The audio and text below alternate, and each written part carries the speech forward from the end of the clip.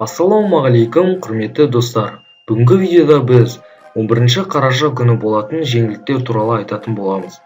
Міне достар, көргендеріңіздей AliExpress сайтының дизайны өзгерген болатын, бұл скидкаларға байланысты өзгерген. Міне достар, және де бұл жерде страна игр деп тұр, ойын ойнаса болады. Бұл ойындарда купондар мен монеталар ұтса болады. Достар, бізге 3 күннің ішінде бір тауар таңдап алу керек. Және сол тауардың баға динамикасын тексеруіміз керек. Мысалға достар, маған iPhone SE смартфоны керек. Достар, алдыменен бізге AliTools деген плагинді жазып алу керек.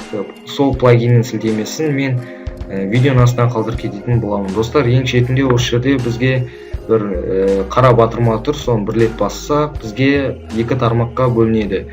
Біріншісі рейтинг продавца, екіншісі динамика цены. Достар, бүгінгі видеода бізге динамика цены қажет болады. Міне достар, көрсек, ең басында тамыздың 30 күні $329,184, ал бүгін қарашаның 7 күні $331,183. Достар, бұл жалған, өйткені сатушы жеңілдіктер болатын күнге орай тауардың бағасын көтеріп тастаған. Достар, бұл тауар бізге керек емес. Және де бұл жерден issue дегенді басып, басқа тауарларды осылай тексерсе болады. Міне достар, 11 қараша күні болатын жеңілдіктер аз болса, біз EPN кэшбэк сервисіне көшетін боламыз. Осы жеңілдіктермен қоса EPN кэшбэк сервисінен жақсы жеңілдік ала аламыз, екеуін қосып. Және де достар, мен айта кететін жай, мен осы EPN кэшбэк сервисімен каналды ашқаннан бері жұмыс істеп келе жатырмын.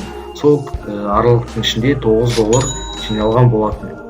Міне достар, мен бүгінгі видеодағы AliTools плагинінің және де EPN кэшбэк сервисінің сілтемелерін видеоның астына қалдырып кететін боламын.